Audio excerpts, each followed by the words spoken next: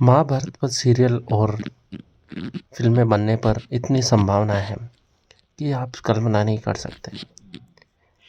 एक एपिसोड के लिए भी आप इतनी मेहनत कर सकते हैं कि आपको कई वर्ष लग जाए, क्योंकि यदि आप बहुत अधिक गति से भी फिल्मों या एपिसोड को बताना चाहें तो भी उसमें इतनी सारी कहानियां हैं कि आप उसको 100 एपिसोड में भी समेट नहीं सकते हैं, चाहे आप उनको कितनी संक्षिप्त में बताने का प्रयास करें।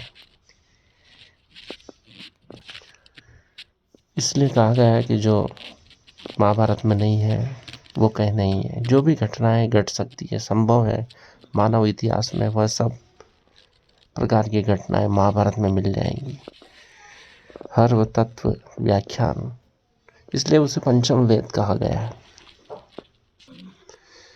जब आधुनिक समय में नई सीरीज बन रही है, वेब सीरीज बन रही है, उनकी जो क्वालिटी है, कथानक है, यदि उसका विचार कर भारतीय डायरेक्टर अर्थात निर्देशक उसमें काम करें, सबसे पहली आवश्यकता है कि पढ़ने की है। हमारे पढ़ने की आदत समाप्त होती जा रही है।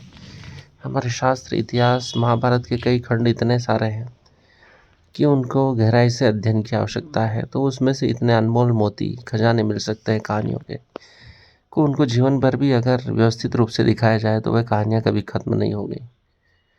और आज आवश्यकता है कि वे सब कहानियाँ भारतीय लोग या विश्व समुदाय देखें। इसके लिए प्रयास होने चाहिए, क्योंकि आज हमारे पास तकनीक है, धन है, प्रतिभा है, लेकिन वैसी विचार शक्ति वाले निर्देशक नहीं है जैसे B.R. चोपड़ा, रामानंद सागर, जिन्होंने स्वयं अध्ययन किया और ऐसे लोगों को खोजा जो उस चीज़ में दिलचस्पी रखते हैं, सर्वश्रेष्ठ लोगों को खोजा जो भारत में उस समय उपलब्ध थे। उनको सही रूप में कथानक में प्रस्तुत करने की आवश्यकता है। आज के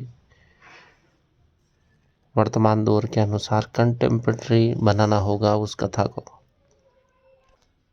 तभी लोग, आज के लोग उससे कनेक्ट हो पाएंगे और इतिहास को समझ पाएंगे। क्योंकि जिस देश का इतिहास लोगों को नहीं बताया जाता तो वह वैसे ही बेचैन विचरते रहते हैं, जैसे चातक पक्षी, जैसे कस्तूरी मृग। उसकी नाभि में ही सुगंध है, लेकिन वो पूरे संसार में उसे खोजता फिरता है। हमारा इतिहास ही हमारी कस्तूरी है, उसे जानने की आवश्यकता है।